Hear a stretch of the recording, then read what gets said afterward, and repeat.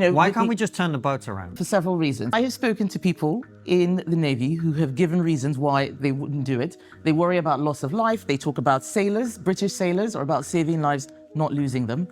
Turning the boats around without loss of life, very difficult. There might be a way. Where are you taking the boats to?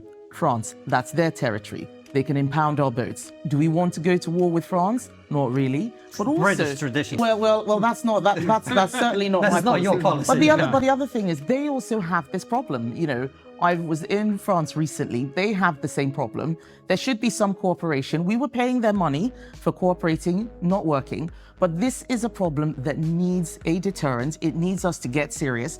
We shouldn't have people having access to GPs at the front of the queue when they're illegal migrants. People know how to work the system. A lot of these people are not asylum seekers, are not refugees. Agreed. So we need to crack down on those who are exploiting the system. Your deterrent doesn't sound like much of a deterrent, with all respect. And, this is why I always bring up the case of Australia. As I'm sure you know, they had a legal immigration problem on boats.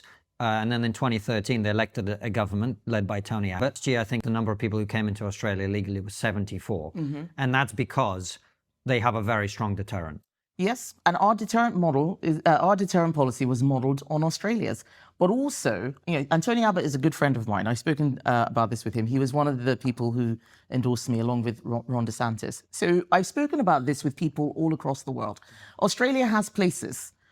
That's why we had Rwanda. It's the same thing. We don't have a little island just off the coast of the UK that we can just take people to. Australia is also very far away from almost anywhere where the mass migration is coming from. So it's not exactly the same. They also have different waters. It's not like the Channel where it's very close to another country's territory and so on. I've looked into this. There are lots of complications. We are working on this. We will get a plan. It'll be better than what we had before, but we need a deterrent.